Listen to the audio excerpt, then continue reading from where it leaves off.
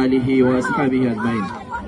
সম্মানিত পরিচালক, আজকের এই পুরস্কার বিতরণী অনুষ্ঠানে সম্মানিত অতিথিবৃন্দ, একান্ত প্রিয় আমার সন্তানতুল্য ছাত্র ছাত্রী ভাই এবং বন্ধুরা, আসসালামু আলাইকুম ওয়া রাহমাতুল্লাহি ওয়া বারাকাতুহু।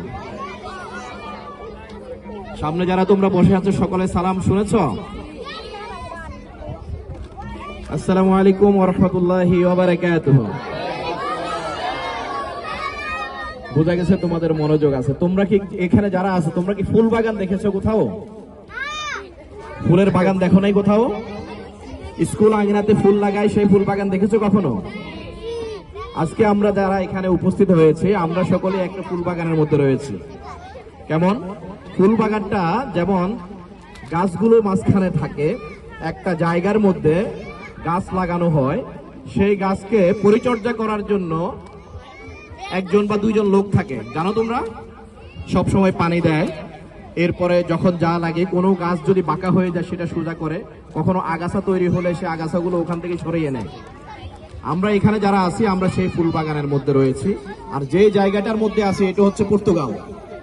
ফুল বাগানের জায়গার মালিক হচ্ছে পর্তুগাল গভর্নমেন্ট।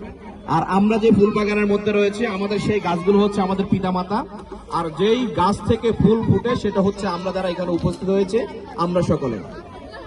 ফুল বাগানে যিনি পরিচর্যা করেন তাকে মালি বলা হয়। আমাদের শিক্ষকরা হচ্ছে আমাদের জন্য সেই মালি, আমাদের পিতামাতারা হচ্ছে আমাদের সেই গাছ। আর আমরা যারা এখানে রয়েছে আমরা সকলে হচ্ছে ফুল। আমরা এখানে কেন এসেছি? আমরা এখানে এসেছি হলো আমরা ফুল হিসাবে ফুটতে চাই, প্রস্ফুটিত হতে চাই এবং এমনভাবে সমাজে সৌরভ চড়াতে চাই। ফুলের সৌরভ নেয় না এমন কেউ আছে? ফুলকে ভালোবাসেন এমন কেউ আছে? সমাজের যে লোকটা ভালো সেও ফুলকে ভালোবাসে, সমাজের যে লোকটা খারাপ সেও ফুলকে ভালোবাসে, সমাজের যে লোকটা সবচেয়ে বেশি মাস্তানি করে সেও ফুলকে ভালোবাসে, সমাজের যে লোকটা সবচেয়ে দুর্বল সেও ফুলকে ভালোবাসে। তো সকলের ভালোবাসা পাওয়ার জন্য আমরা কি নিজেদেরকে ফুল হিসেবে তৈরি করতে পারি? পারো না? আমরা সেই ফুল হিসাবে নিজেদেরকে বিকশিত করতে চাই, যে ফুলের ভালোবাসা, যে ফুলকে সকলে মিলে ভালোবাসে। প্রিয় ছাত্র বন্ধুরা, আমরা আজকে দীর্ঘ 2 মাস যে শিক্ষা কার্যক্রম আমরা পরিচালনা করেছি, আমাদের শিক্ষকবৃন্দ পরিচালনা করেছে, সেই 2 মাসের রেজাল্ট আজকে দেওয়া হবে, তোমাদেরকে সার্টিফিকেট দেওয়া হবে। আমরা আমাদের যে সকল স্কুলগুলোতে পড়ি আমাদের শিক্ষকরা আমাদেরকে বেশ কিছু সুন্দর সুন্দর শিক্ষা দিয়ে থাকেন। পাশাপাশি আমরা যেহেতু সমাজের সেরা ফুল হিসাবে নিজেদেরকে বিকশিত করতে চাই, আমরা সমাজ এবং আমাদের পরিবার এবং আমাদের মুসলিম কালচার সকল দিক থেকে সব শিক্ষা নিয়ে আমরা সমাজের সেরা ফুল হিসাবে মানুষের সামনে উপস্থিত হতে চাই। সেজন্য আমাদের শিক্ষকরা আমাদের স্কুলে যা শেখায় তার পাশাপাশি আমাদের মাদ্রাসা আমাদেরকে এক্সট্রা কিছু দিতে চায়। সেই এক্সট্রা কিছু নিয়ে তোমরা যারা অংশগ্রহণ করেছো এই বছরের এই সামার ভ্যাকেশনের শুরু থেকে 2 মাস তোমরা কোর্স শেষ করে আজকে তোমাদেরকে সার্টিফিকেট দেওয়া হবে।